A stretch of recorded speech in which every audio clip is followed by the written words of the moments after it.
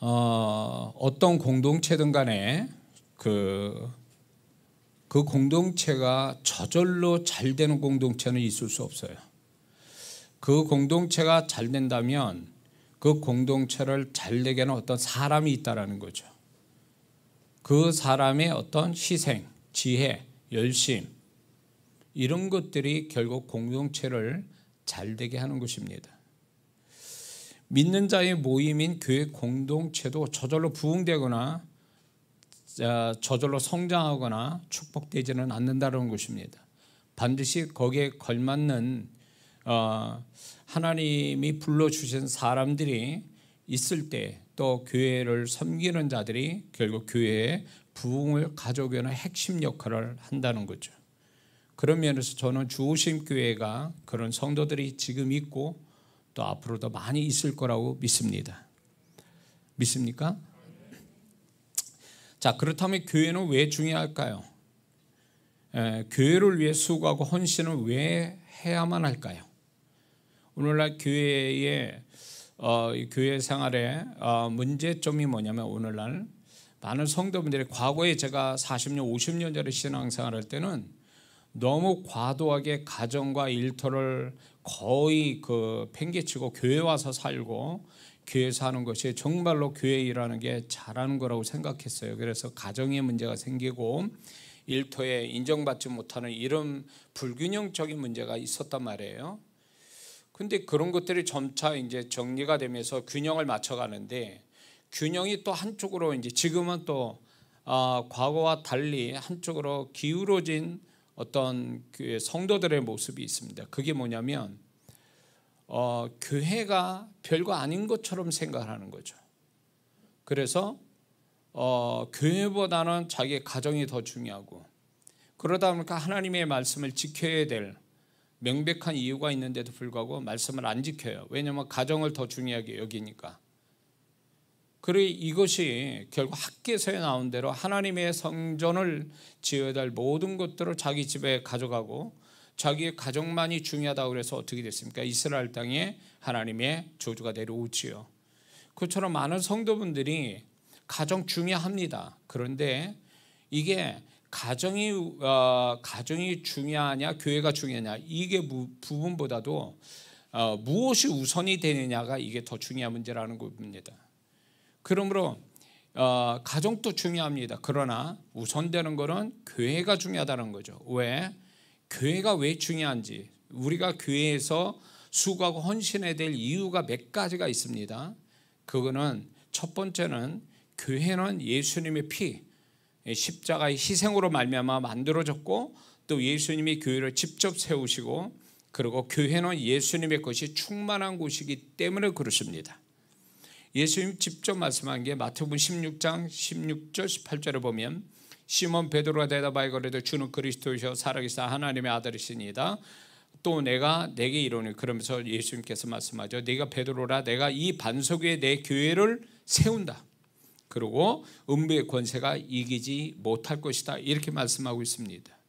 이 말씀에서 우리가 알아야 될 게 우리는 항상 구원받았으며 믿거나 말거나 믿지 않는다 해도 이거는 영적인 현실인데 믿는 자를 사단이 자기 손아귀에 있던 영혼을 빼앗기니까 정말로 억울해하면서 어떻게든지 그 믿는 자를 어떻게든지 다시금 타락하게 만들고 지옥으로 끌고 가기 위해서 믿는 자를 항상 호시탐탐 노리고 있다라는 거죠. 그래서 믿는 자는 이 사단의 역사에 대해서 사단이 가지고 있는 능력에 대해서 어떻게 보면 우리는 다 이기지 못합니다.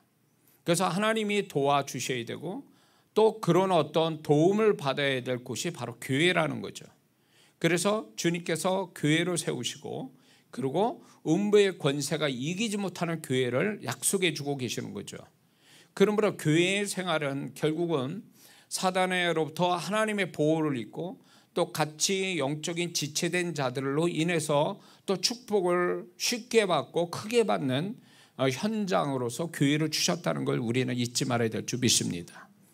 뭐 교회 나오지 않고 집에서 지금 유튜브에서 어쩔 수 없이 유튜브로 예배를 드리는 사람은 어쩔 수 없어요. 그거는 상황이 그러니까. 근데 의도적으로 교회를 나올 수 있는데도 집에 앉아 소파에 앉아서 예배드리는 게 편하다고, 꼴보기 싫은 성도 안 보고 오가는 길 귀찮고 그러니까 유튜브로 예배를 드린다.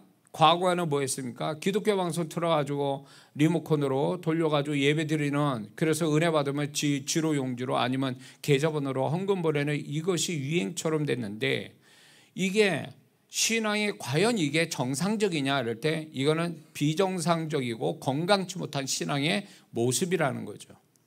교회라는 것은 결국 현장만 얘기하는 게 아니라 믿는 자의 모임, 그 속에서 서로의 친밀감을 갖는 것, 이것이 교회의 형태를 갖고 있는데, 그 속에서 주님이 계시고 그 속에서 역사가 있는데, 그런 것들을 아예 귀찮다라든가 아니면 어떤 여러 가지 자신의 합리화로 인해서 그렇게 하지 않는다면 그건 결국으로 교회를 떠난, 한마디로 말해서 울타리로 벗어난 양과 같이 돼버린다는 것입니다. 그런 위험성이 있다는 거예요. 결국 그거는 양이 울타리를 넘어간다는 얘기는 뭡니까?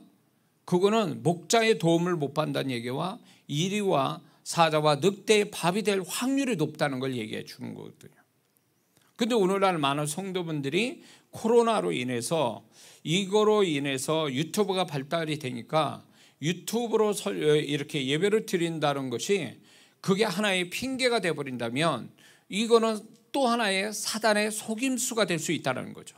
우리를 온전한 축복, 교회적인 축복을 받지 못하게 하는 하나의 사단이 주는 어떤 현대 문물의 어떤 발전의 한 혜택을 받지만, 이게 결국 그 영혼을 공동체에서 벗어나게 하고 사단을 밥되게 하는 또 하나의 찬스를 주는 것이 아니겠느냐는 거죠.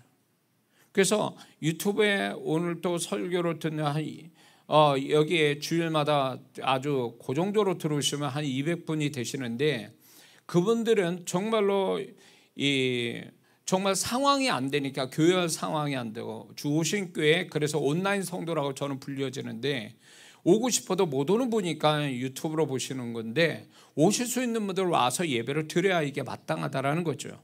그리고 사실 또 유튜브로 예배를 드리는 참여하는 분들은 간절히 여기를 오기를 원하는 분들도 많다라는 얘기예요.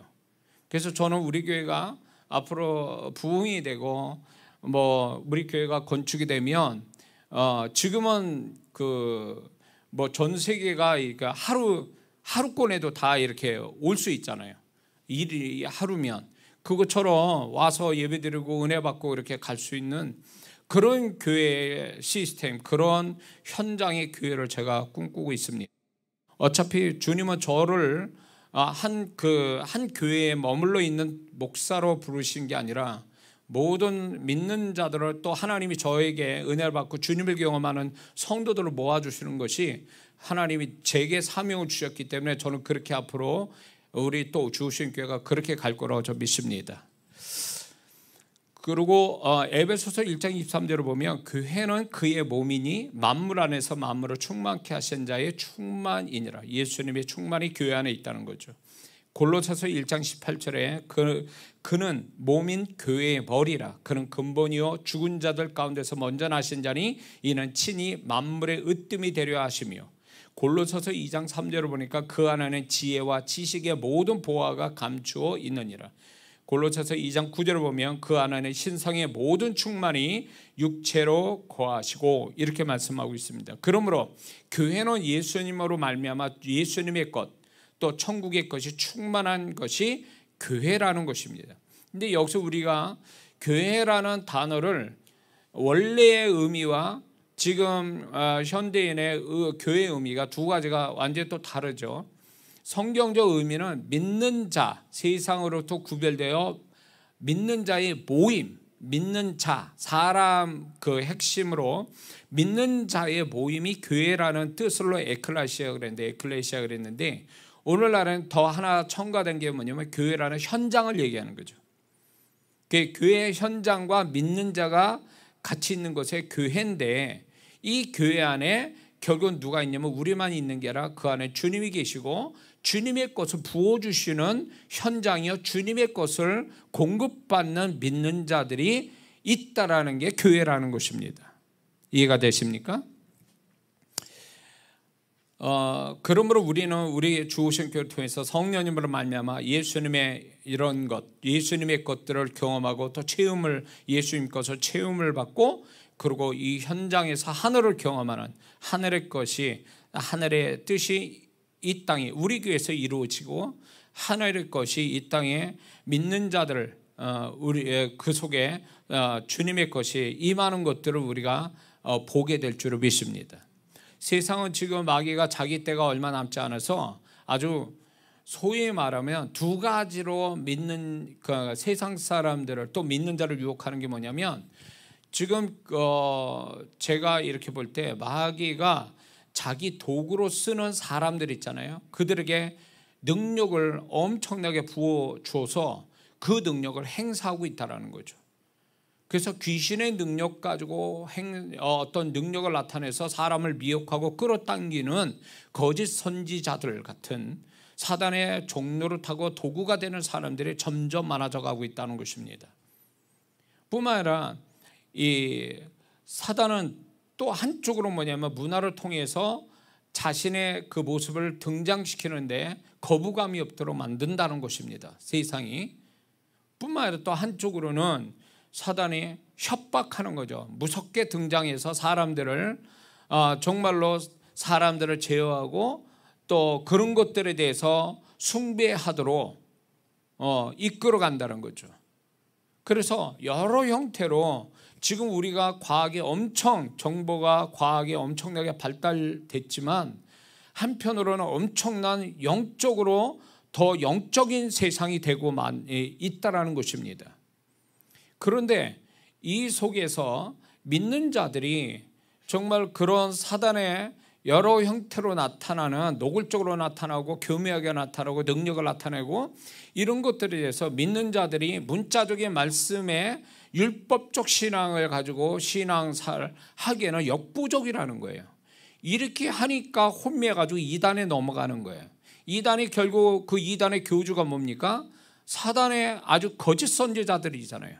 근데 거기에 거의다가 믿는 자들이 넘어가고 있다는 얘기는 영적 분별력이 없고 하나님을 경험하지 못한 자들, 그리고 교만해서 지식으로 신앙생활하고 이런 것이 결국 사단의 밥이 되고 말고 있다는 점. 그래서 하나님의 말씀과 더불어 하나님의 능력을 경험하는 신앙, 이것이 마지막 때에 자신의 존재와 신앙을 지키는 비결이고 주님의 오심을 신부의 신앙, 존재를 갖는 비결이 된다는 걸 잊지 말아야 될 줄 믿습니다. 그러나 하나님을 실제로 경험하는 것이 어디입니까? 교회라는 거예요. 교회라는. 교회를 떠나서 이게 교회 안에서의 하나님을 경험하고 교회 안에서 연합을 못 배우면 결국 그 성도는 위험에 빠질 수 있다는 걸 분명히 말씀해 주고 있는 거죠. 자, 두 번째는 왜 교회가 중요하냐면, 예수님이 요한복음 1장 51절에 말씀하십니다. 진실로 진실로 너에게 이르노니 하늘이 열리고 하나님의 사자들이 인자 위에 오르락 내리락 하는 것을 보리라. 교회는 예수님의 몸이니, 교회는 결국 예수님의 몸이요, 교회가 예수님의 머리가 되는데, 교회가 결국 뭐냐면 예수님 위로 하늘이 열려서 천사가 오르락 내리락 하는 것을 너희들이 볼 것이다 라고 할 때, 이 말씀을 영적으로 해석할 때 이 교회가 결국 하늘이 열리는, 그래서 하늘의 것들이 이 땅에 내려오는 현장이 교회라는 것입니다. 저는 이거를 집회 가운데 자주 경험하는 현상이거든요. 하늘이 정말 열려서 내려오는 것들이 있단 말이에요. 영안이 열리면 그게 본단 말이에요. 그래서 실제로 역사한단 말이에요. 그러니까 그분이 계신 곳에 그분으로 말미암아 하늘이 열리고 하늘의 것들이 내려온단 말이에요. 그런 현장이 바로 교회라고 얘기해 주는 거예요. 그러면 하늘이 내려와서, 하늘이 열려서 하늘의 것들이 내려오면 그 존재로부터 해서 그 사람의 모든 것을 하나님이 축복하여 주신다라는 얘기예요. 그래서 이 교회는 믿는 자의 축복의 셈이에요. 셈이 결국 하늘의 것이 와서 이 교회를 통해 축복을 받고 그것이 그 사람의 발바닥으로 받는 모든 것에 흘러가도록 하나님이 그렇게 만들어 놓으셨다는 것입니다. 그래서 이 교회가 하늘이 열려서 정말 그 예배 드릴 때마다, 기도할 때마다, 찬양할 때마다, 봉사할 때마다 성도 간의 교제 가운데 하늘이 열려서 우리는 영안에서 모르지만 주님의 것이 이렇게 오르락내리락 하면서 서로 교통되고 이런 역사들이 교회에서 이루어진다는 거죠. 세상에 어떤 공동체도 이런 역사는 없다는 얘기예요. 교회밖에는. 그러니까 마귀가 이 교회를 무너뜨리기 위해서 얼마나 애쓰는지 몰라요. 코로나에 교회 문 닫는 교회가 얼마나 많았습니까? 그리고 교회가 문을 닫지 않고 유지된다 해도 그 교회를 분열시켜버리는 거죠. 그래서 교회가 교회 닫지 못하게 하고, 실제로 제가 이렇게 집회에 가보면 교회에 귀신들이 왔다 갔다 하는 교회들이 많아요. 안타깝게. 그게 뭐냐면 성물이 다 있다고, 그런 기구가 있다고, 여기가 이런 교회적인 어떤 물건들이 있다 그래서 이게 사단이 귀신들이 역사 못한다? 아니요. 하나님의 임재가 없으면 귀신 놀이터가 될 수도 있어요, 교회가. 그렇기 때문에 이 교회가 성령으로 충만한 교회가 되어져서 성령의 역사만 있어야지, 악한 영이 이 흑암을 가지고 와서 이렇게 저렇게 막 역사한다면 그건 진정한 교회 모습은 아니라는 거죠. 하나님이 바라시는 교회 모습이 아니에요, 그게. 그래서 믿는 자들의 분별력을 가져서 교회 안에 사단의 역사가 어떻게 역사하는지, 그 시작은 성도들 심령 안에서부터 시작이 되는데, 그런 것들이 사단이 성도들 심령 안에서 어떻게 했었는지 서로가 좀 분별하면서 기도도 해주고 축기도 해주고 그 다음에 격려도 해주고 책망도 하고, 이게 바로 교회의 모습을 갖는 거라는 거죠. 그래서 사단의 역사는 접근하지 못하게 하고 오직 성령께서만이 충만하게 역사해서 변화, 치유, 영통, 기적, 창조 역사를 일으키는 교회 현장이 또 성도들이 되어야 될 줄 믿습니다. 세 번째는 왜 교회가 중요하냐면, 교회에서 예배드릴 때마다 우리 모임 가운데서 또 약속대로 주님이 함께 계시고 또 성령께서 운행하시고 연합의 능력이 있고 땅에서 열고 닫을 수 있는 천국의 열쇠를 가지고 있고 사단의 세력을 깰 수 있는 권세가 교회 안에 있기 때문에 그렇습니다. 이거는 교회라는 얘기니까 목사 혼자서 되는 게 아니라, 교회도 결국은 공동체란 말이에요. 믿는 자의 모임이란 말이죠. 그러니까 이렇게 믿는 자의 신실함, 믿는 자의 모임이 두 사람만이 있어도 거기에는 하늘이 열리고 주님이 계시고 성령이 운행하시고 그분이 말씀하시고 기적을 베풀어 주시고 사단의 역사를 깨트릴 수 있는 연합의 능력이 나온다, 그 얘기예요. 이게 교회라는 거죠. 그래서 교회는 숫자의 문제가 아니에요. 교회 성도들의 숫자가 문제가 아니라 얼마나 연합되고 얼마나 성령이 역사하느냐가 그 교회의 영적인 어떤 능력을 얘기해 준다는 것입니다.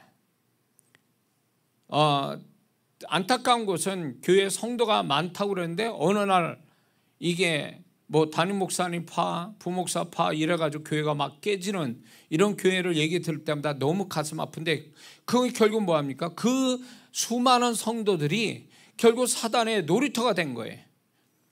거기서 분별력이 있는 성도들이, 이거는 이 분열과 다툼은 하나님이 바라는 것도 아니고 이거는 결국 사단이 좋아하는 일들을 하고 있다는 것에 대해서 서로 자각하고 사단을 좋아할 일을 하지 말았어야 되는데, 만약 그런 교회가 있다면 결국은요 다 같이 망하는 거예요.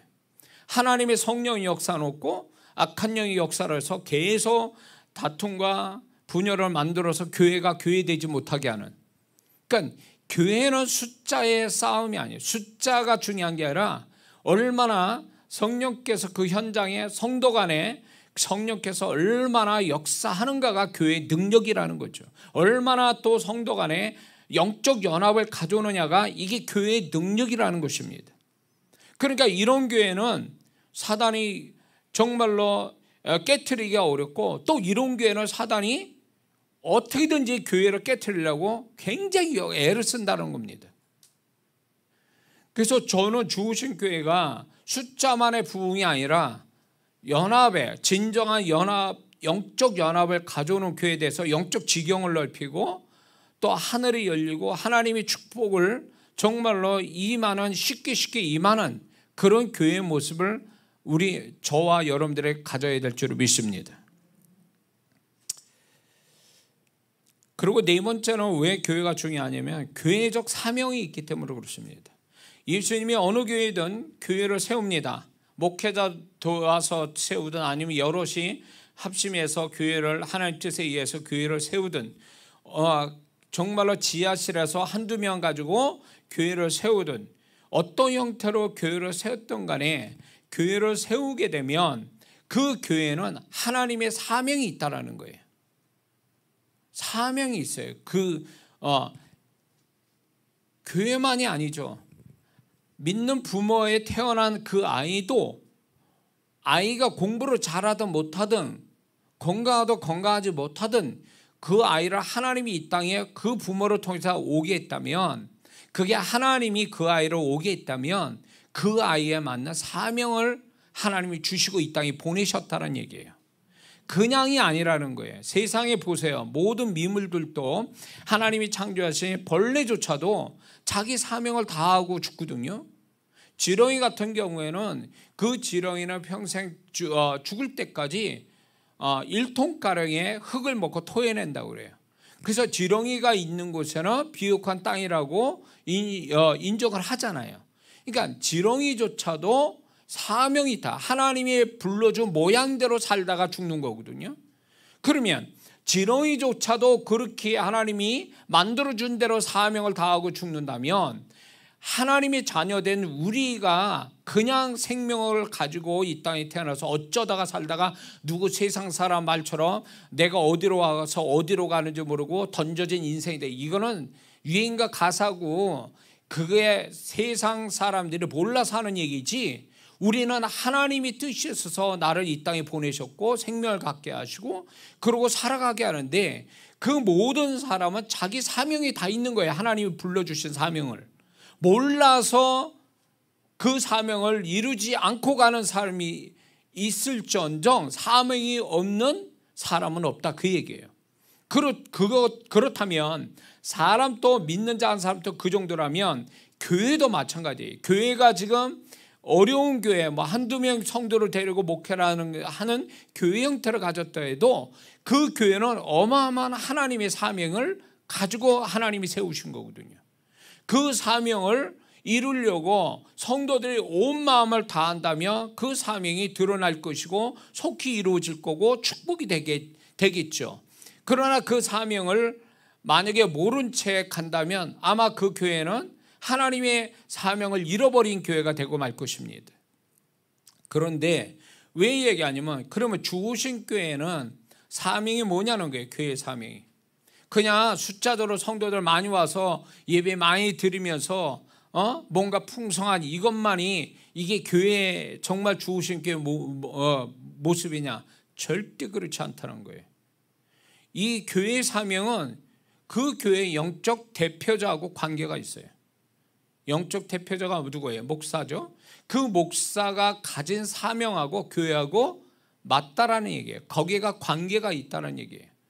그렇다면 하나님은 이장원 목사를 하나님이 이 교회에 세우실 때 하나님이 이 교회의 사명에 맞는 저를 세웠기 때문에 저는 그 사명을 교회와 함께 더불어 갈 건데 그 사명이 뭐냐 할 때 저는 침례 요한의 사역이라고 전 보는 거예요. 침례 요한의 사역이 사명인데 누가복음 1장 17절에 침례 요한을 이렇게 설명합니다. 저가 또 엘리야의 심령과 능력으로 주 앞에 앞서가서 아비의 마음을 자식에게 순종하지 않는 자를 의인의 지혜로 돌아오게 하고 주를 위하여 세운 백성을 예비하리라. 이게 침례 요한의 세 가지 사역인데 그리고 이 사명을 가지고 살다가 죽은 자가 침례 요한인데 저는 제가 이 사명을 받았고 청년 때 받았고 그거를 목적으로 해서 하나님이 교회를 세웠고 지금 지금까지 목회하면서 하나님은 이 사역대로 저를 이끌어 오셨고 주우신 교회가 또 그 사역을 하기 위해서 이장원 목사의 개인이 아니라 이제 교회와 더불어 함께하는 이 침례 요한의 사역을 사명으로 가지고 하나님의 뜻을 이루기 위해서 이 교회가 세워졌고 저는 여기에 세웠고 우리 교회 성도분들은 그런 성도로서 불림받았다는 걸 우리는 잊지 말아야 될 주비십니다. 그리고 주님께서 저한테 주시는 말씀이 예레미야 1장 4절 5절 9절 10절입니다. 여호와의 말씀이 내게 임하니라. 이르시되 내가 너를 복중에 짓기 전에 너를 알았고 내가 태에서 나오기 전에 너를 구별하였고 너를 열방의 선지자로 세우노라 하시기를. 여호와께서 그 손을 내밀어 내 입에 대시며 내게 이르시되 보라 내가 내 말을 내 입에 두었노라. 보라 내가 오늘날 너를 열방 만국에 세우고 너를 뽑으며 파괴하며 파멸하며 넘어뜨리며 건설하며 심게 하였느니라. 이것이 하나님이 저한테 주신 사명이고 이것이 우리 주우신 교회의 사명이라는 거죠. 그래서 하나님께서 마지막 때에 정말로 이게 그저 그런 교회가 아니라 색깔이 분명한 하나님의 나타남이 다른 어떤 교회보다도 차별성 있는 유니크한 그런 교회로서 불림을 받았다는 거예요. 이게 일부러 이장원 목사 독특하게 하려고 한 게 아니라 제 기질과 제 살아온 것과 제 신앙의 칼라들 모든 걸 가지고 하나님께서 이런 사명을 주셨고 이런 교회를 세웠고 그런 성도들이 또 왔다라는 얘기예요. 그래서 앞으로 우리 교회는 우리 하나님이 나한테 주시고 이 교회를 향하신 하나님의 칼라 하나님의 사명을 놓치지 않고 계속 이거를 확장시켜가는 교회가 될 거라는 것을 여러분에게 분명히 말씀드립니다. 그래서 우리 교회는 이런 식으로 흘러가면서 이게 우리 교회의 사명이고 이장원 목사의 사명으로 같이 이 교회의 사명을 이루어가서 하나님을 기쁘시게 할 때 그럴 때 이 교회는 그분이 기쁘게 그분의 나타나심이 더 분명하고 풍성하게 나타내 주실 줄을 믿습니다. 이런 네 가지 이유로 예수님이 교회를 축복하시고 더 든든히 크게 세워가기를 또 원하시고 또 그렇게 이루어 가실 겁니다. 그런데 교회가 저절로 교회다워지고 교회의 축복이 저절로 나타나는 것이 절대 아니라는 것입니다. 교회를 축복할 하나님이 찾으시는 성도가 많아야 된다는 것입니다. 그럼 교회를 축복하고 세우는 하나님이 찾은 성도는 도대체 누굴까요? 그건 한마디로 말하면 공동체를 위한 신앙을 가진 자라는 거죠. 공동체를 위한 신앙. 교회 안에 성도는 딱 이걸로 구분하자면 딱 두 가지로 구분할 수 있어요. 공동체를 위한 신앙과 개인을 위한 신앙. 그런데 보통 성도분들이 이제 대부분 성도는 개인을 위한 신앙을 가진 분들이 교회 안에 많습니다. 뭐 교회가 어떻게 돌아가도 뭐 그 상관없어요. 그냥 내가 은혜 받고 축복만 받으면 되니까. 이게 틀린 건 아니에요. 또 교회 나와서 신앙생활 하는 것마다도 대단한 거예요. 그래서 그 교회 나와서 이런 마음 가지고 굉장히 개인적인 신앙을 더 잘 갖기 위해서 그렇게 하는 건 틀린 건 아니에요. 그러나 이거보다 한 차원 높은 신앙이 공동체를 생각하는 공동체를 위한 신앙, 공동체를 생각하고 공동체를 위해서 희생하고 공동체를 위해서 수고하는 이 신앙을 가진 사람이 많을 때에 교회가 부흥이 되고 하나님의 뜻이 성취가 되는 교회가 될 수 있는 줄 믿습니다. 그러면서 공동체를 위한 신앙의 그런 면에서 보면 목사가 그 한 사람이죠. 목사는 결국 주님을 대신해서 공동체를 책임지고 세우고 축복하는 제가 통로자이기 때문에 목사가 최초의 공동체를 위한 교회 공동체를 위한 신앙을 가진 시작으로 본다면 목사만 가지고 교회가 그렇게 이루어가지는 않습니다. 목사와 더불어 함께 이제 이 공동체를 위한 신앙을 가진 성도들이 굉장히 필요하다는 거죠. 목사 혼자서 교회를 이루어가는 게 아니거든요. 그래서 이게 목사와 교회 사명과 그다음에 거기에 구성하고 있는 성도분들이 이게 딱 맞아떨어져야 돼. 이게 맞아떨어지는 교회가 놀랍도록 성장하고 부흥하고 하나님의 역사를 보게 돼 있는 거죠. 그런데 이게 성경에도 보면 공동체를 위한 신앙을 가진 인물들이 성경에 곳곳에 나옵니다. 우리가 다 아는 것처럼 아브라함을 보면 아브라함이 소돔과 고모라 성을 위해서 기도하지 않습니까? 의인 10명까지라도 있으면 소돔과 고모라 성을 멸망시키지 않다는 하나님의 어떤 그 양보하시는 그 하나님을 보지 않습니까? 아브라함이 있는 곳도 아니에요. 거기는 소돔과 고모라 성을 다 아는 것처럼. 근데 아브라함은 이 소돔과 고모라 성의 멸망을 안타까워하면서 이거를 살려달라고 하는 대신 중복 기도를 하고 있는 거죠. 하나님하고 딜을 하고 있는 거예요. 아브라함이.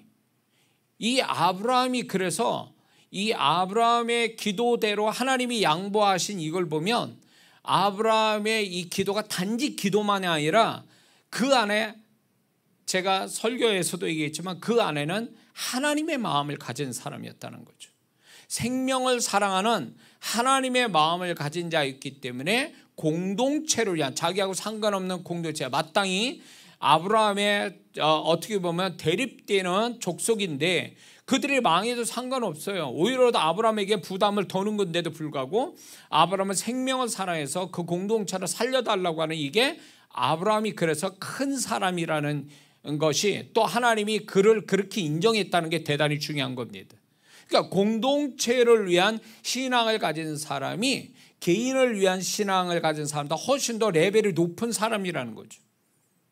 아브라함이 그런 사람이었다는 걸 우리에게 보여주시고 공동체 신앙을 가진 사람이었다는 것을 아브라함 통해서 얘기하고 계시는 거예요. 뿐만 아니라 요셉도 보면은 요셉이 바로 총리가 돼서 애굽이라는 나라를 이 애굽이라는 나라의 공동체를 그 흉년을 들고 또 애굽을 부흥케 하는 데 있어서 요셉의 지혜가 발동이 되지 않습니까? 그래서 이 요셉은 결국 자신의 어떤 영광, 자신의 부와 영광을 위해서 사는 자가 아니라 애굽이라는 이 공동체를 살리는 사람으로서 나타나게 되고 그의 삶이 영광스럽게 하나님이 만들어 주셨는데, 그렇다면 요셉이 그러면 한순간에 이루어진 거냐? 아니죠. 보디발 집안에 있을 때 가정 총무가 됐다는 얘기는 모든 하인의 캡틴이 됐다는 거예요. 총지배인이 됐다는 거예요. 그러니까 이 보디발의 집을 어떻게 운영해야 될지를 그는 거기서 배운 거죠. 그렇으니까 보디발이 신임하는 사람이 될 수 있었던 것은 이 요셉이 이 공동체적인 어떤 생각을 가지고 이 보디발 집을 운영했기 때문에 보디발로부터 인정을 받은 사람이라는 거죠. 그것이 이제 억울하게 죄수가 돼서 감옥에 들어갔지만 간수를 돕는 그 감옥의 공동체를 돕는 자로서 또 거기서 쓰임받게 되죠. 그것이 결국 바로 총리까지 될 수 있는 하나의 기본 역할이 됐다는 거죠. 그러므로 요셉을 하나님이 요셉의 생애를 보면 하나님의 뜻은 분명해집니다. 어떤 상황이든 간에 요셉을 공동체를 생각하는, 공동체를 축복하는, 공동체의 핵심이 되는 사람 만들려고 훈련을 시켜왔다는 얘기예요. 그래서 여기에서도 여러분들이 누가 알아주든 안 알아주든 무관심하고 아니면 내가 하는 일에 오해해서 나를 마음 상하게 하든 공동체를 생각하는 가정이든 일터든 뭐 소그룹이든 간에 내가 그 속에서 하는데 나는 정말 이 공동체가 잘 되게 해서 희생도 하고 손해도 보고 힘을 쓰는 사람이 있다면 그 일은 멈추지 말아야 됩니다. 왠 줄 아세요? 하나님의 뜻이 있어서 그렇게 하게 하시는 거예요. 그런 마음도 주시니까. 아무나 그렇게 하는 게 아니거든요. 돈이 있고 시간이 있다고 그래서 착한 마음이 있다고 그래서 다 모두 다 개인 그것이 공동체를 생각하며 살지는 않거든요. 근데 믿는 자가 이런 마음을 가지고 산다면 그 사람은 반드시 하나님이 더 큰 공동체를 책임지고 그 공동체를 축복하고 공동체를 정말로 핵심적인 역할을 하게 하려고 훈련시켜 주시는 거예요. 아멘 하세요. 그러니까 이 공동체를 이렇게 공동체를 축복하는 사람이 즐겁게 그 일은 할 수 없어요. 어떻게 보면 눈물 날 수도 있고 오해도 받고 상처도 받을 수 있어요. 그러나 그런 역할을 그냥 묵묵하게 하나님 앞에서 정말로 해내는 사람이 있다면 그 사람은 장차 더 큰 공동체의 핵심적인 아주 중요한 역할을 하는 사람으로 하나님이 세우실 거라는 거죠. 아마 그런 사람이 지금 있는 것 같아요. 지금 이 내용은 그게 아닌데 지금 얘기하는 거 보면 그런 사람이 있는 것 같아요. 힘을 얻으세요. 주님은 알고 계세요. 그 사람이 왜 그렇게 하는지. 남들은 밀어는 떠네, 저거 바보짓 하네, 그냥 가만히 있어도 되는 거, 자기만 챙겨도 되는 걸 뭐 저렇게 공동체를 할 때 나 외의 사람을 얘기하는 거죠. 그런 사람에서 애쓰는 것에 대해서 바보 취급할 수 있고 손해보는 짓 하는 거에 대해서 사람들이 안 알아주더라도 그거 멈추지 마세요. 그 마음은 주님이 주신 거예요. 왜? 주님이 마음을 주시니까 그거 하지, 인간적인 계산적인 머리가 들어가면 그렇게 할 수 없다는 얘기죠. 그 사람은 장차 요셉같이 더 큰 공동체, 중요한 역할을 하는 사람으로 하나님 세워주실 거예요. 할렐루야. 에스더를 보세요. 에스더가 자기 민족을 위해서 왕으로서 왕비로서 그냥 살면 그만이에요. 그러나 자기 민족을 살리기 위해서, 물론 삼촌 모르드게 때문에 했다라고 보진 않아요.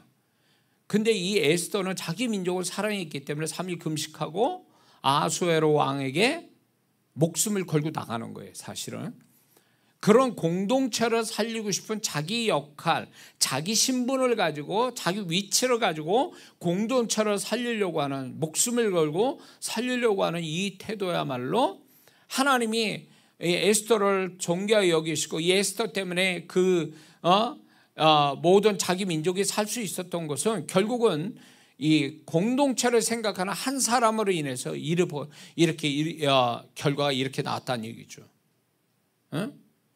그래서 많은 이렇게 공동체를 위해서 세움을 받은 사람은요, 다른 사람도 할 수 있는데 왜 내가 이 일을 해야 돼? 이런 사람이 있어요. 짜증나죠. 화가 나고. 왜 다른 사람 놀고 있는데 왜 내가 이 일을 해야 돼? 이런 생각을 가질 수 있어요. 그러면 인간적으로 보면 굉장히 짜증나고 안 하고 싶은데도 어쩔 수 없이 할 수밖에 없어. 그거 짜증낼 게 아니라 하나님이 내가 이 일을 함으로 해서 모든 사람이, 또 내가 이 일을 하면서 잘 되기 때문에 나를 선택해서 하나님이 세웠다라고 하는 이 생각을 갖는다면 믿음으로 또 감사함으로 하면 좋겠다라는 거죠. 그게 하나님의 뜻이니까. 그래서 이 공동체를 세우는 사람이 존경받고 칭찬받고 이런 게 아니라니까. 그건 나중 얘기고 가끔가다 그 일을 벌어서 하나님 격려하는 거지 항상 그런 건 아니에요. 공동체를 섬기는데 오히려 오해받고 상처받고 비난도 받을 수 있어요. 그러나 하나님은 알고 계세요. 제가 어떤 마음 가지고 뭐 때문에 저렇게 하는지를 그분이 알고 계신다면 그 사람의 결국은요, 그자가 결국은 승리자가 되고 그 사람이 다른 사람보다 더 나은 존재와 위치와 역할을 하게 하나님이 축복하신다는 거, 이거 잊지 말아야 될 줄 믿습니다. 바울을 보세요. 신약의 반이 바울 서신인데 바울을 보면 바울은 정말로 목숨 걸고 복음 전도를 해서 교회를 세우세요. 여러 군데 교회를 세워서 그 교회 성도들을 돌보는 데 애썼단 말이에요. 오해받으면서도. 그런데 그 바울을 공동체, 교회라는 자기가 세운 공동체를 자기 이름 알리려는 게 아니라 하나님이 세우신 교회를 잘 지키기 위해서 서신서에 보면 완전히 진짜 피튀깁니다. 그 서신서의 영적인 어떤 그거를 이렇게 성령으로 말미암아 바울 서신을 좀 읽어보면 바울이 얼마나 그 뜨거운 마음 가지고 치열한 마음을 가지고 서신서 썼는지 느껴와요. 바울이 뭘 가지고 뭐 때문에 그렇게 해야 되냐고. 바울은 단 한 가지예요. 교회 공동체가 지켜져야 되고 부흥이 돼야 된다. 그래서 자기 역할을 그냥 최선을 다하는 거예요. 그 결과가 뭘까요? 바울은요, 결국 하나님의 마음을, 주님의 마음을 가진 자가 됐고, 그가 말한 게 다 성경이 됐어요. 하나님 말씀한 걸로 돼 있단 말이에요. 그가 하는 것이 다 하나님의 행로가 된 거예요. 이 영광이 어디 있어요? 어떻게 그럴 수 있어요? 바울은 결국은요, 이 공동체를 생각한 그것이 주님을 대신하고 있었던 거예요. 주님과 연합되어져서 하는 사람이 된 거예요. 인간으로서 이런 영광이 또 어디 있어요? 그러니까 공동체를 생각한다? 이거는 주님의 마음 가지 않고는 이런 마음을 갖기가 어렵습니다. 인간적인 마음으로는 잠깐은 해도 이벤트를 해도 끝까지 그렇게 할 수는 없는 거예요. 그래서 공동체를 위해서 뭔가를 하는 사람은 항상 구할 게 주님의 마음을 구해야 돼요. 그 주님의 마음이 공동체의 희생에도 즐거움을 하고 슬퍼도 감당할 수 있고 괴로워도 견딜 수 있는 것이 그게 주님의 마음에서 나오는 거예요. 그런데 이 공동체를 생각하는 사람을 세상이 보상 안 해주고 믿는 자라도 그거를 안 알아줘도 주님은 반드시 어떤 식으로 보상하신다는 거예요. 존재를 축복한다. 존재를. 그 사람을 존재를 축복하면 그 사람이 관련된 게 다 축복이 되는 거예요. 이게 공동체를 생각하는 사람의 하나님의 축복이 여기 있는 거예요.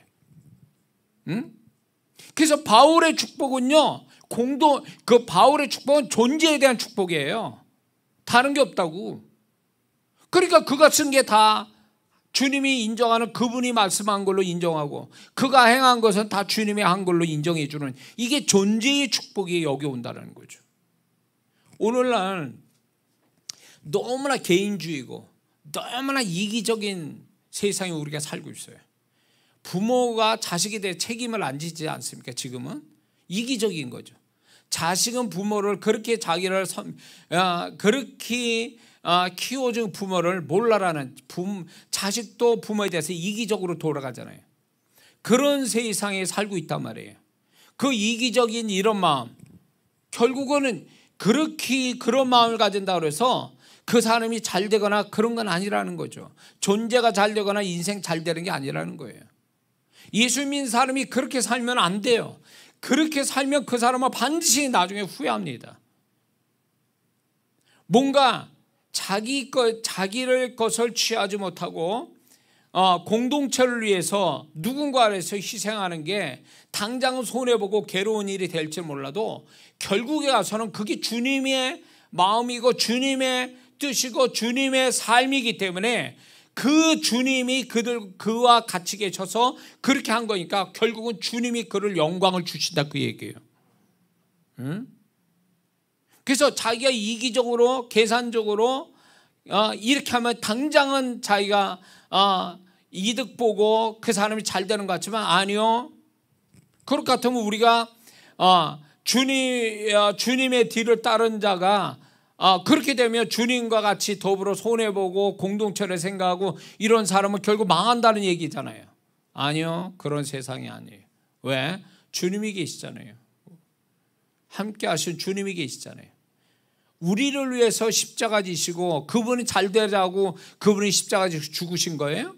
그분이 우리 잘 되라고, 하나님과 우리 잘 되라고 중간에서 십자가 지시고 죽으신 분 아니에요. 공동체를 위해서 죽으셨잖아요. 그분이 하나님 아버지와 우리라는 공동체를 이어주기 위해서 그분이 생명을 던져 십자가에 죽으신 분이잖아요. 그러니까 그 예수님이 십자가에서 그렇게 죽으시니까 어떻게 됐어요? 하나님도 하나님의 의에 충족하고 우리는 우리대로 구원의 길이 열렸고 예수님은 예수님대로 만왕의 왕 되고 만주의 주가 되시고 그 이름 앞에 모든 것이 무릎 꿇게 하시는 영광을 하나님 아버지로부터 얻게 되지 않습니까? 다 잘된 거잖아요. 다. 한 사람이 공동체로 위해 죽었더니 다 같이 잘됐다, 그 얘기. 이게 하나님의 법칙이에요.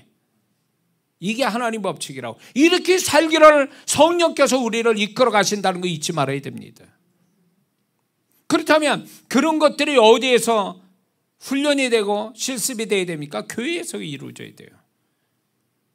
자기를 이해해주고 섬겨주고 격려해주고 칭찬해주고 기도해주는 성도에서, 믿는 자의 모임, 교회에서 그게 훈련이 돼야 세상에도 그렇게 하지. 세상에서 세상 사람들이 돈만 원 나를 위해서 쓰는 게 그게 순수하다고 생각 드십니까? 다 그렇진 않겠지만 다 계산이 있는 거예요. 내가 그 사람한테 10,000원어치 할 보상을 이렇게 뭔가 이렇게 대신 뭐 할 게 없으면 아예 10,000원 또 나한테 쓰질 않는 게 세상 사람들이라고. 다 계산이 있다고. 다. 그래서 세상은 공짜가 없어요. 그만큼 누군가에게 남한테 뭘 받으면 나는 그만큼 줘야 돼요. 그 사람은 그걸 또 바라고 있는 거고 더 바랄지도 모르죠. 그게 세상이에요. 그냥이 아니라고. 근데 믿는 자는요, 그거 상대방이 누구든 상관없이 주님의 마음을 가지고 어떻게든 그 공동체가 잘 된다면 나 하나가 손해봐도 괜찮다라고 이 마음이 주님의 마음이고, 이런 자가 나중에는 풍성함을 경험하고 존재값이 높아지는 사람으로 하나님이 인쳐주신다고 잊지 말아야 될 줄 믿습니다. 그래서 그 교회 한 교회에서 공동체를 위한 신앙을 가진, 제일 많이 가진 사람 누구겠어요? 그건 그 교회 목사님이에요. 그래서 목사님을 하나님께서 목사님이 착해서도 아니고 목사기 때문도 아니에요. 목사가 그만큼 성도들을 생각하고 섬기고 이렇게 하니까 하나님이 목사를 존재값을 높이는 거예요. 공동체를 생각하는 마음이 어떤 성도보다 높으니까 그 목사를 하나님이 신임하고 신뢰하고 세워주고 축복하고 그리고 존재값을 높여주신 이유가 여기 있는 거예요. 다른 게 아니에요. 성도들이 100명 있어요. 100명 있으면 100명이 다 잘 돼. 그러나 한 명만 잘못되면 그 한 명 때문에 마음 가슴앓이 하는 게 목사예요. 그러니까 성도가 많으면 많을수록 이게 고민할 게 너무 많아져. 성도가 몇 명이 안 되면 몇 명만 잘 되면 마음 편한데, 이게 성도가 많으면 거기에 잘된 성도만 다 있으면 얼마나 좋아. 안 되는 성도가, 그래서 한쪽은 즐거워, 잘 되는 성도. 또 한쪽에 우리 교회 성도가 아니면 나 신경 안 쓰는데 우리 성도가 뭐가 좀 안 돼. 마음이 이게 늘 걸리는 게, 이게 밥 먹고 얹힌 것처럼 항상 걸려 있어요. 근데 우리 박 목사는 사람이 묻어나고 표가 잘 안 나고 잘하는데, 저는 이 표가 잘 나는 사람이에요. 제가 이렇게 뭐라 그럴까요? 너무 감성적이다 보니까 저는 이게 다 표가 나요. 그러니까 못 견뎌요. 막 그거 가지고 계속 고민해야 돼. 계속 힘들어해요. 그 사람이, 그 성도가 잘 될 때까지는 마음이 항상 어두워요. 좋은 성도를 보면서 잘 되는 성도 보면 기쁘면서도 한쪽 구석은 어두움이 있어. 그 성도 때문에 미치겠는 거예요, 이게. 그러니까 목사의 어떤 이게 짐이에요. 이게 목회를 그만두는 그날에 이 짐을 벗겠지만은 그 짐을, 목사는 이게 운명이에요. 성도들의 이런 어떤 좋은 착한 성도, 잘 되는 성도만 있으면 얼마나 좋겠어요. 그러나 성도가 그렇지 않거든. 자식이 5이야. 그 자식이 다 잘 되면 얼마나 좋겠어. 근데 그 자식 중에 한두 명이 애를 먹이고 애가 참 안 돼. 그러면 부모 마음이 어떻겠어요? 계속 신경 쓰이는 거죠. 그것 때문에. 똑같아요. 그래서 이 공동체의 신앙을 가장 이렇게 많이 갖는 사람은 교회에서 목사인데, 그래서 하나님 목사를 축복하신 이유가 여기 있다고 전 보는 거예요. 목사가 만약에 그러거나 말거나 막 목사가 이런다면 그건 목사도 아니지. 그런 목사님도 없고, 공동체를 책임지지 않으려고 하는 목사를 목사라고 하나님이 세웠겠냐고. 그건 목사가 아니에요. 일단은 목사는 결국 그 한 교회의 가정으로 말하면 가장인데, 그 성도들이 다 자식과 같은 건데, 그 자식이 다 잘 되기 위해서 애쓰는데, 그게 당연히 목사가 즐거워하기도 하지만 안 되는 성도로서 고민하고 기도해주고 이런 게 당연한 거, 그런 거죠. 그게 이제 공동체를 생각하는 거죠. 로마서 16장에 가보면 바울과 더불어 공동체, 교회 공동체를 섬긴 아름다운 수식어가 붙은 26명의 성도가 쫙 명단이 나오죠. 성경이 사라지지 않는 이분들의 명단은 있는 거죠. 아마 천국에서 이분들은 굉장히 영광스러워할 거예요. 바울의 동역자들로 인해서 그 사람들이 맞다라고 하니까 하나님이 성경으로 그 사람의 인물들을 다 이름을 기록해 놓으신 거 아니에요? 이게 얼마나 영광스럽겠어요. 그들은 가만히 보세요. 로마서에 일에 나오는 26명의 그 성도들이요, 다 공동체로 해서 애쓴 자들이에요. 그러니까 하나님이 그들의 이름을 기록해 놓으신 거죠. 개인적인 사람들은 기록해 놓지도 않는 거예요. 성경 공동체를 위한 자를 위해서 기록해 놓죠.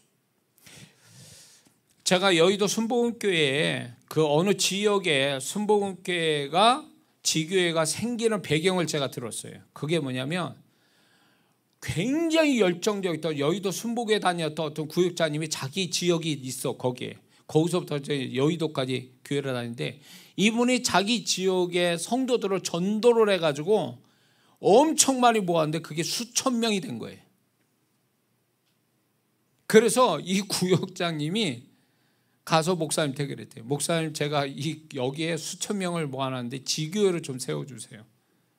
그래가지고 지교회를 세웠다는 거예요. 어디라고 얘기하면 다 알 거예요.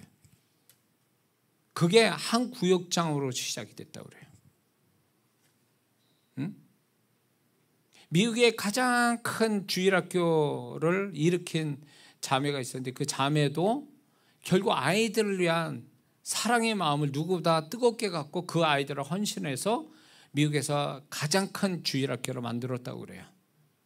그러니까 이 공동체를 생각하는 그 한 사람이 있다면 그 사람 때문에 모든 게 달라진다는 거죠.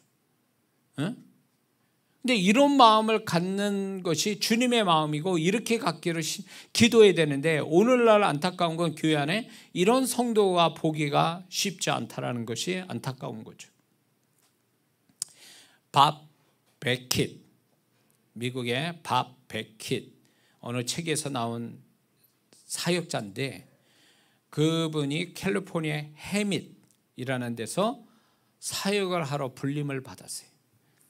그런데 사역하러 왔더니 교회도 엉망이고 이제 기관 사역하려고, 청소년 기관 사역하려고 왔더니 이래가지고는 안 되겠다 그래가지고 중보 기도자들을 모아서 수년간 이 도시에 지금 해밋이라는 이 지역의 역사는 귀신들의 역사, 거기에는 범죄율도 높고 그 다음에 교회가 분열나고 이런 거에 대해서 이분이 고민을 하면서 이걸 기도로 이기자 그래가지고 기도하면서 이 지역을 붙들고 있는 귀신들, 사단의 역사를 깨트리자, 그거를 몇 년 동안 한 거예요.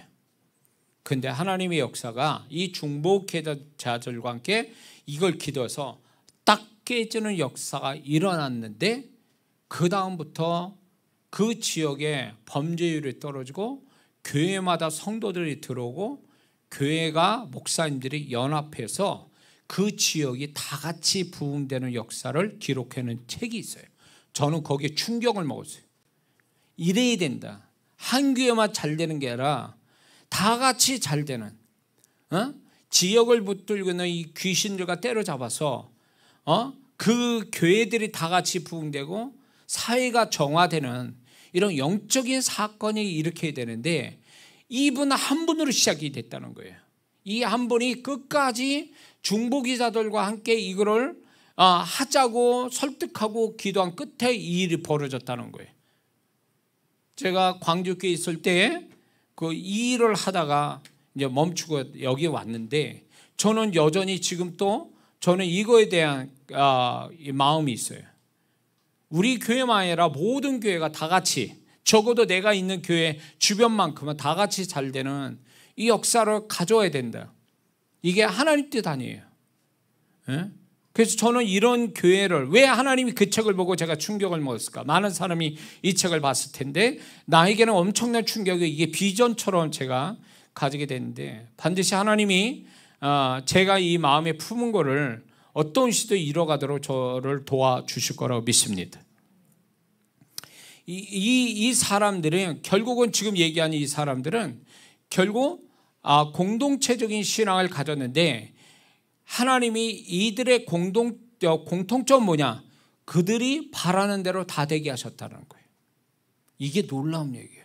공동체를 섬기는 데 있어서 그들이 바랬던 대로 다 되게 하셨다는 거예요. 지금까지 쭉 얘기한 성경적 인물로부터 해서 놀라운 얘기예요. 이 공동체를 위한 신앙을 가지고 몸부림치는 사람이 헛되지 않았다는 얘기예요. 왜? 하나님이 그들을 왜 그렇게 하셨을까? 하나님이 찾는 사람이고 하나님이 바라는 신앙이었기 때문에 그래요. 왜 그렇게 그들을 바람대로 다 되게 하셨을까? 그게 바로 주님의 모습이고 주님의 삶이고 주님의 마음이기 때문에 그렇게 되게 하신 거예요. 다른 거 없어요. 완전히 주님의 복사판이기 때문에 그렇게 된 거예요. 우리도 그렇게 살아야 돼요. 크게는 아니더라도 적어도 나도 내가 내 형편에 따라서 공동체를 위한 신앙, 나 아닌 누군가를 잘되게 해서 내가 뭔가를 좀 희생할 줄 아는 이 공동체를 위한 신앙을 갖는다면 이 사람이 처음에는 한 사람 가지고 그렇게 해서 성실을 한다면 이 사람이 100사람, 10,000사람을 하나님이 그렇게 공동체를 섬기도록 공동체에 영향을 미칠 수 있는 능력 있는 그리스도인으로 세워주실 거라는 거죠. 응? 우리는 그런 걸 꿈꾸며 살아야 된다는 거예요. 맨날 나만 보면서 아유 나 어떻게 잘 먹고 잘 살지 뭐 내가 잘 돼야 될 텐데 내가 잘 돼야 남도 도와야지. 그 사람은요 잘 돼도 절대 안 도와줍니다. 왜? 주님이 저한테 이걸 가르쳤어요. 네가 지금 어려울 때 누군가를 돕지 않으면 넌 잘 돼도 안 도와준다. 이게 주님이 저한테 제가 주님께 받은 청년이 결혼하고 주님께 받은 음성이에요. 그때로부터 지금까지 제가 그분의 말씀을 지키고 있는데 내가 지금 들었을 때 내가 지금 어느 정도 지금 이 상황에서 뭔가 공동체적인 신앙을 가지려고 해야 이게 맞는 거지 나중에 잘 되면 할게요. 아니요, 그 사람 잘 되면 안 합니다. 핑계 되겠죠. 합리화시키고 안 돼요, 이런 사람은. 결국 공동체를 위한 성도가 많을수록 교회는 든든히 서가고 부흥해 갈 겁니다. 공동체를 위한 신앙을 가진 성도가 교회 연합을 가져온다는 걸 우리는 잊지 말아야 됩니다. 그래서 교회는 숫자가 결정적 역할을 하는 게 아니라 연합, 특히 공동체를 위한 신앙을 가진 자가 핵심적인 거예요. 이게 결정적인 역할을 하는 거예요. 제가 어느 교회 그분이 간증 비슷한 책을 써서 이름 되면 아는 교회예요. 그 목사님. 그분이 그 책에서 그랬어요. 자기가 전도를 못하니까 전도를 잘하는 분을 모시고 와서 그분 때문에 교회가 부흥됐다. 이런 것도 있어요. 그 한 사람 때문에. 에? 그래서 우리는 그런 걸 꿈꿔야 돼요. 내가 그 한 사람. 하나님이 찾고자 하는 그 한 사람. 응? 야, 너 여기에서 이 공동체에 네가 필요해. 네 역할이 중요한 거야. 응? 내가 너로 쓰고 싶어. 이럴 때 주님 내가 여기 있습니다. 날 써주세요. 이렇게 말할 수 있는 그 한 사람이 필요하다는 거죠. 제가 23년, 22년 전에 제가 교회 바깥에 사역 나가기 전에 주님께서 저한테 하신 말씀이 지금도 잊혀지지 않아요. 주님께서 많은 사역자들이 성경을 얘기한다는 거예요. 그게 틀린 건 아닌데 말씀을 전하지만 내 마음을 표현하는 사람이 없어서 답답하다. 저한테 하신 말씀이에요.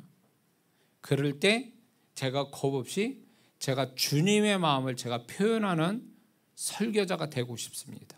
저로 써주세요.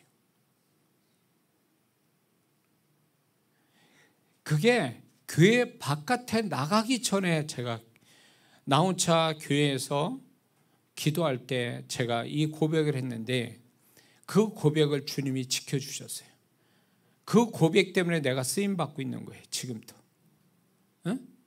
그러니까 누가 능력이 있어서 시간이 나서 돈이 있어서 하나님이 그런 자 쓰시는 게 아니라 정말 그분의 마음을 알아서 정말 그분이 원하는 바를 이루어 드리기 위해서 내가 희생하고자 하는 마음만 갖는다면 얼마든지 그분은 그 한 사람을 그 사람이 배웠던 안 배웠던 건강하든 건강치 않든 간에 그런 거 다 넘어서 그 마음 하나 가지고 하나님이 얼마든지 그를 크게 쓰실 수 있다는 걸 잊지 말아야 될 줄 믿습니다. 특히 하나님이 세우신 교회를 위한 공동체를 위해서 내가 조금이라도 내가 그 역할을 내가 하고 싶습니다 한다면 그 사람이 처음에 찾기 시작할 줄 몰라도 언젠가는 그 사람을 요셉같이 더 중요하고 더 크고 더 하나님이 원하시는 데다 하나님이 쓰도록 세우실 거라는 걸 우리는 잊지 말아야 될 줄 믿습니다. 그런데 그런가 하면 공동체를 해치는 분열시키는 반대의 사람도 성경에 나옵니다. 디모데전서 1장 20절, 디모데후서 2장 10절 보면 세 사람이 나와요. 알렉산더 후메네, 그 다음에 빌레도. 이 사람을 하나님이 이름까지 기록해냈어요. 수치스러운 이름, 부끄러운 이름으로. 결국 하나님이 공동체를 깨는 자, 그리고 자기의 어떤 생각으로 치우쳐서 공동체를 깨는 자에 대해서 하나님이 얼마나 이 사람들을 이 자들을 내가 분명히 알고 있다. 그리고 이 자들이 나의 진노의 대상이 된다라는 걸 이렇게 기록으로 말씀하고 있는 거죠. 가룟 유다도 보세요. 가룟 유다도 결국 사단에 미혹당하니까 예수님 제자에서 제자의 공동체를 깨는 사단의 도구가 됐잖아요. 그래서 사단은 이렇게 또한 공동체를 세우는 자가 있는 게 아니라 공동체를 깨는 자가 있단 말이에요. 그래서 주님이 요한복음 13장에 가서 말씀한 게 새 계명을 너한테 준다. 서로 사랑하라. 서로 사랑하면 이런 자들이 안 나타난다는 걸 얘기해 주시는 거예요. 그래서 교회 안에서 단지 맡겨진 역할에만 충실할 게 아니라 함께한 성도와의 관계를 친밀하게 갖는 것, 이게 서로가 주님께 끝없이 쓰임받는 게 되고 사단의 이런 역사에서 보호를 받는다는 것을 우리는 분명히 알아야 될 줄 믿습니다. 또 바울은 얘기합니다. 서로라는 단어를 통해서 정말로 교회라는 공동체를 책임지는 성도 되라고 바울은 또 얘기하고 있습니다. 그래서 교회는 홀로 다니는 데가 아니에요. 서로를 위해서 다니는, 서로를 생각하며 신앙생활하는 데가 교회라는 것을 우리가 잊지 말아야 될 줄 믿습니다. 우리가 이 주오신 교회가 이 공동체를 위한 신앙을 가진 사람 지금도 있고 앞으로도 더 많은 그런 분들을 보내주셔서 훈련돼서 주오신 교회가 더욱 든든히 세워가고 또 축복되어가는 그런 교회로 발전해 갈 줄 믿습니다. 그래서 이런 성도들과 함께 정말 교회에 오는 게 너무 행복해. 저는 행복한 교회가 되는 게 저의 소원이에요. 얼마나 세상 살면서 인상 쓰고 괴롭고 화가 나는 일 얼마나 많습니까? 그런 걸 교회에 와서 좀 힐링이 되고 안식이 되고 그리고 기쁨이 회복되고 서로가 위로가 되고 격려가 되는 이런 행복한 교회가 돼야지. 교회 와서 또 스트레스 받아. 저 집사 때문에 저것 때문에 막 교회 나오고 싶지 않아. 막 이런 교회가 돼야 되냐 그거예요. 그래서 제가 이런 거는 아주 애초부터 잘라버린다는 거지.